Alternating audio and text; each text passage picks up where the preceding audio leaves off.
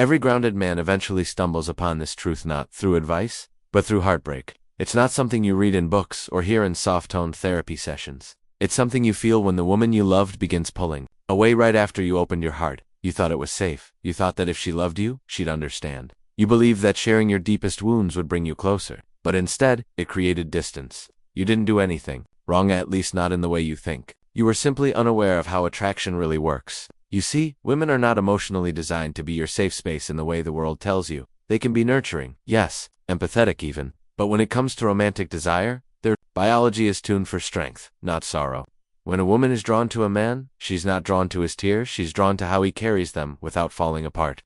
The modern world tells men to open up as a way of deepening intimacy. But no one tells you what happens afterward. That the more you reveal your chaos without clarity, the more she subconsciously starts seeing you as unstable. That every time you lean on her emotionally, you shift the energy from masculine to feminine and it repels her. She doesn't want to mother you, she wants to feel like your woman, not your therapist. That's the mistake men make. They confuse emotional dumping with emotional depth. They think that by handing her their pain, they're building trust. But in reality, they're making her question everything. Her subconscious starts asking, can this man lead me? Can I feel safe with him? It doesn't matter how kind, loving, or supportive she is, her biology is scanning for security. And the moment you show up with unresolved pain, she doesn't feel secure. She may listen. She may hold you for a while. But something inside detaches. Quietly, slowly, permanently.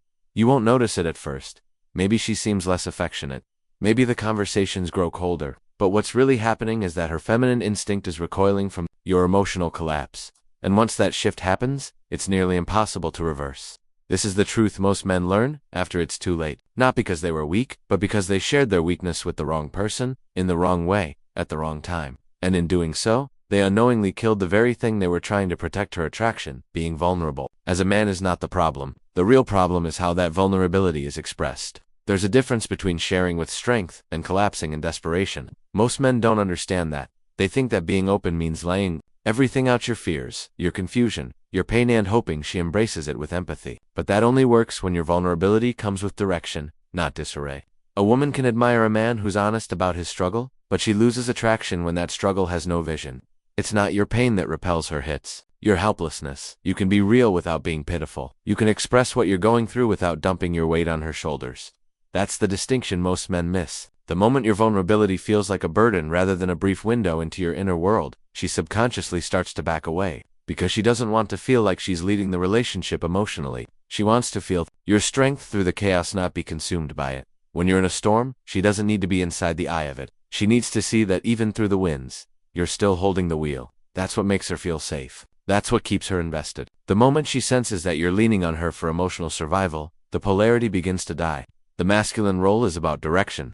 If you express your pain but pair it with a plan, you maintain that direction. But if you express pain just to be held, to be saved, to be comforted without clarity, you become the emotional weight she didn't ask to carry. That's when she starts to pull away, even if she doesn't say it. Vulnerability without leadership isn't attractive. It's draining. Show her your struggle, but also show her your path forward. Let her see that you're hurting, but that you're still leading. That's the kind of man she can trust, admire, and desire. Anything less makes her question your frame, and once she doubts your emotional leadership, respect starts to erode quietly. Hypergamy is not about gold digging or cruelty, it's about nature. It's the unconscious biological instinct in women to seek the highest value man available. That value isn't just about status or wealth. It's about emotional stability, resilience, and potential. Women are attracted to men who can weather storms without losing their center. When a woman sees a man struggling but still standing, still striving, still leading, she respects that. She admires it. But when she sees a man stuck, spiraling, looking for sympathy instead of solutions, that attraction fades. It's not because she lacks compassion.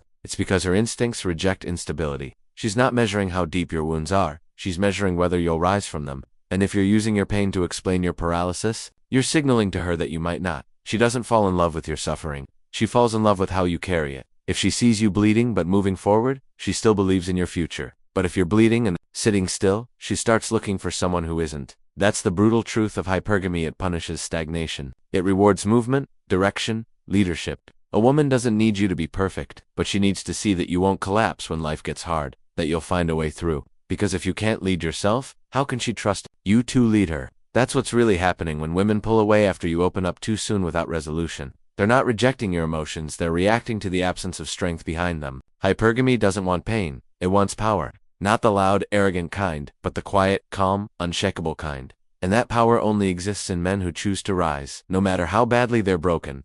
When you lean on a woman emotionally, thinking it will bring closeness, what you're often doing is unknowingly reversing the polarity that drives attraction. Masculine and feminine energy operate in tension. One leads, the other follows. But when a man collapses into emotional neediness, when he asks her to carry his weight, he becomes the emotional feminine, and she is forced into the masculine container. At first, she might try to play that role. She might comfort you, listen, even reassure you, but deep within, something shifts. She doesn't feel like your woman anymore, she feels like your mother. And once that shift occurs, attraction begins to dissolve quietly. She doesn't want to be your source of stability. She wants to be near your stability. That's a crucial difference. When she starts to sense that you can't hold yourself together, her subconscious begins to question your capacity to lead, to protect, to provide emotional safety. She might not say it out loud. She might not even realize it consciously, but it shows up in her body language, in her tone, in the way she stops leaning in and starts pulling away. This is why oversharing kills tension. Not because honesty is unattractive, but because unfiltered emotional release signals instability. When a man reveals too much, too soon, especially unresolved chaos, he turns mystery into mess. And the feminine needs mystery. It needs the feeling that your depth is rooted, not unraveling. You don't need to be cold or distant, but you must maintain your frame. That means revealing emotion from a position of control, not collapse. Let her see your fire, but never let it burn her. When you lead with strength, even in pain, you remain the anchor. But the moment you become the storm, she starts looking for shelter somewhere else. There's a reason ancient men sought solitude when life hit hard. They didn't broadcast their struggles, they went into the mountains, into the gym, into the silence. Not because they were avoiding the pain, but because they were mastering it. That's what modern men must reclaim. If you're suffering, don't hand that suffering to a woman like it's a gift. Don't invite her into the chaos hoping she'll help you carry it. She's not built for that. She's built to admire the man who carried it on his own and came back forged in fire. She doesn't want to be your savior, she wants to witness your resurrection. That's the role she respects. That's the role that keeps her devoted. When you're down, vanish with purpose. Let the storm mold you in private. Let the darkness refine your direction. Don't explain what you're going through, let your transformation reveal it. If she asks where you've been, the answer should be simple. Working. That response, calm and grounded, carries a power no emotional rant ever could. Because what she craves isn't your breakdown, it's your breakthrough. She wants to see the man who took pain and turned it into purpose. Who didn't need pity, but returned with power. The men women obsess over aren't the ones who share every detail of their trauma. They're the ones who radiate a calm presence because they've already faced their demons. That stillness, that silent strength, is magnetic. It doesn't beg for respect, it commands it. So don't bring her your unfinished wounds. Bring her the man you've become after healing them. That's how you keep her interest. That's how you earn her reverence. Not by bleeding in her arms, but by walking back into her life with thunder in your step and nothing left to prove.